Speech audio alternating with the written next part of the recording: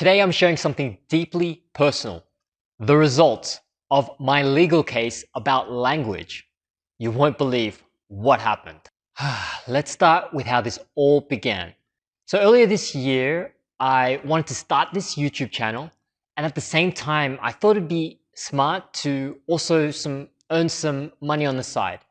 In late May, I went through an interview process with one particular school. Everything seemed fine until I stumbled across something really troubling about their pay structure. They had separate pay scales for different English teachers. And unfortunately, it seemed that the color of your skin, your appearance, and your race had more of an influence than your actual skill and experience. Just because I didn't fit into their expectations of skin color or race, they had wanted to pay me less.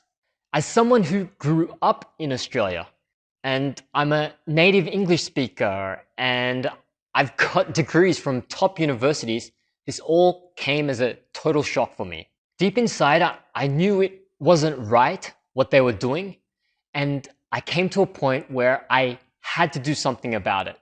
So in June, I filed a legal complaint against that language school for violating employment and racial discrimination laws. I gathered all the evidence that I could, such as recruitment materials, videos, messages. I had to do an interview with the legal authorities, and that interview was so nerve-wracking and it got me really agitated and emotional. This language school separated English teachers based on their race, color, and appearance, and they even used certain euphemisms or fancy, polite sounding titles to separate different classes of English teachers. In my view, these kinds of euphemisms were deeply offensive, and I was so disgusted by it.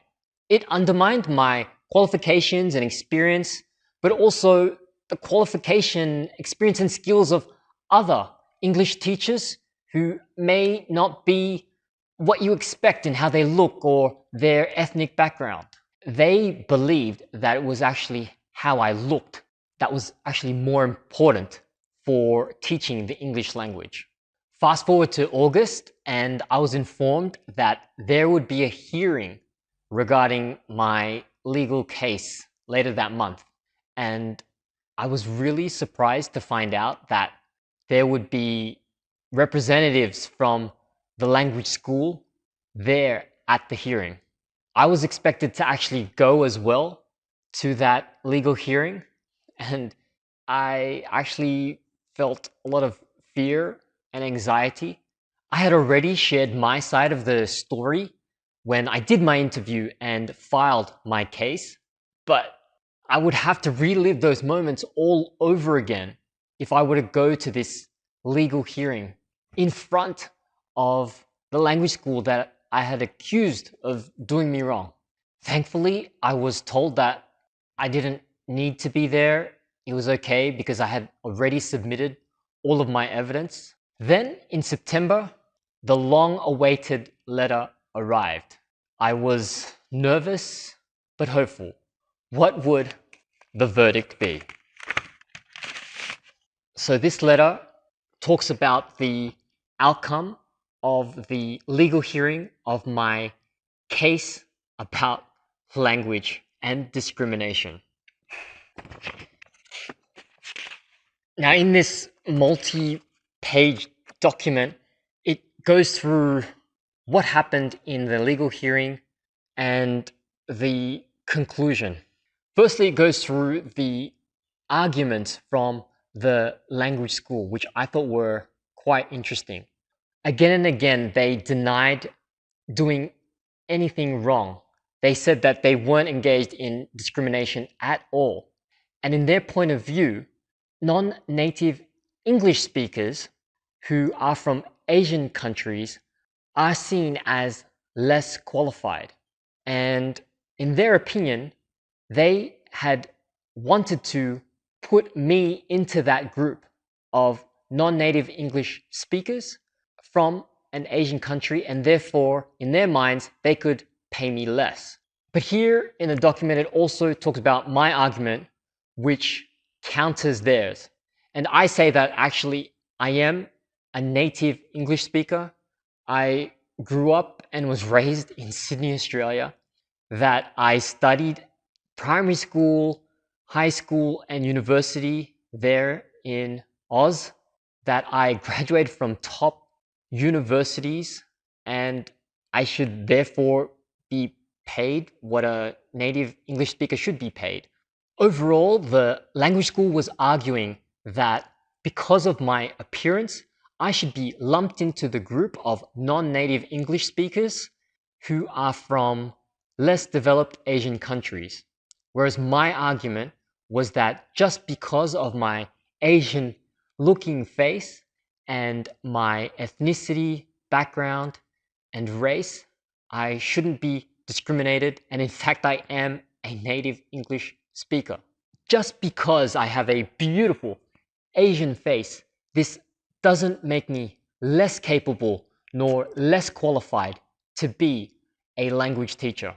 The letter also talks about the evidence that I provided, and it mentioned that they were quite strong and very clear.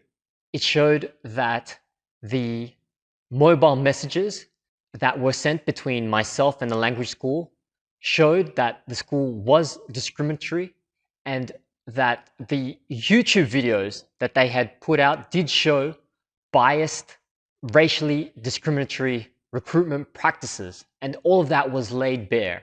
So what was the verdict from this letter and the hearing?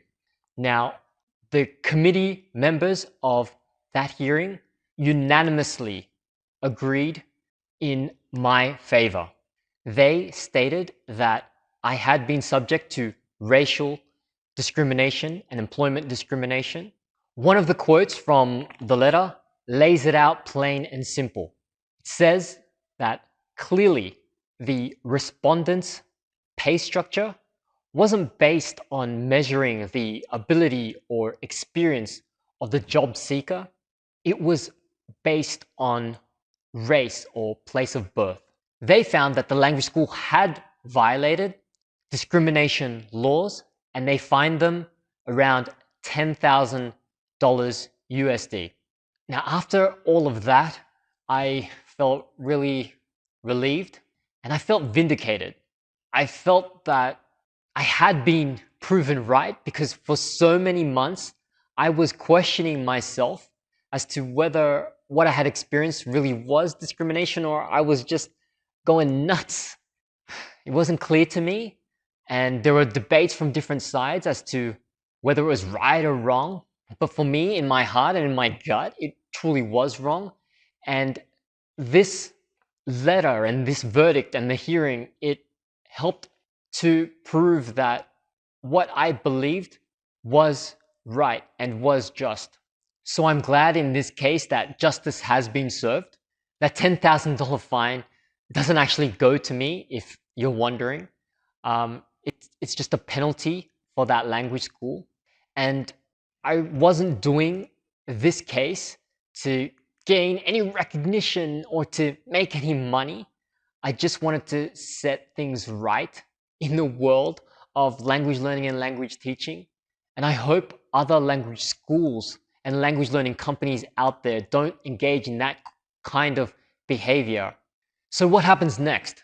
So that language teaching company has about 30 days to appeal the verdict. But frankly, because of the weight of the evidence and the unanimous verdict, I doubt they'll succeed if they tried. But all of this has got me really thinking about my future. My main goal has always been to work in the language learning industry, to share my passions for learning and to help others to achieve their goals. But this whole ordeal has got me questioning, what other companies or schools are out there with these sorts of outdated and inequitable policies. For now, I've made the decision to quit. I quit. Teaching for other organizations and other language schools. I don't want to support places that have those kinds of discriminatory policies anymore. I'm just sick of it. I think that's a problem that I see and I face. I genuinely love learning languages and teaching how to learn them effectively to other people. But the problem is there are some schools and organizations out there that do not have the same kind of passion as I do or that you do. Some are truly just out there to make a quick buck. They want to take advantage of other learners, and they're not really there with values that I agree with. So that's why I think I just want to stop working for other language schools and other language learning companies for now. But that doesn't mean I'm going to stop language learning and language teaching altogether. No way. I just want to do it in a different way and on my own terms for the moment. There's no way I'm stepping away from language learning and language teaching. No way. In fact, I'll be doubling down on it, but just differently. Through this channel and other projects I'm working on, I'll still share my love of language learning. I'll continue to help other people, and I'll do it in a way where my core values are still upheld. And one of my core values that still remains is this, that language learning for me can be a force for good. Whether you're a learner or a teacher, your race, your background, and your appearance shouldn't define your worth. It's your skill, your passion, and your dedication that matter. And if what I've shared resonates with you, then you're in the right place. You're welcome here on this channel where we celebrate everyone's language learning journey, no matter who you are or where you come from.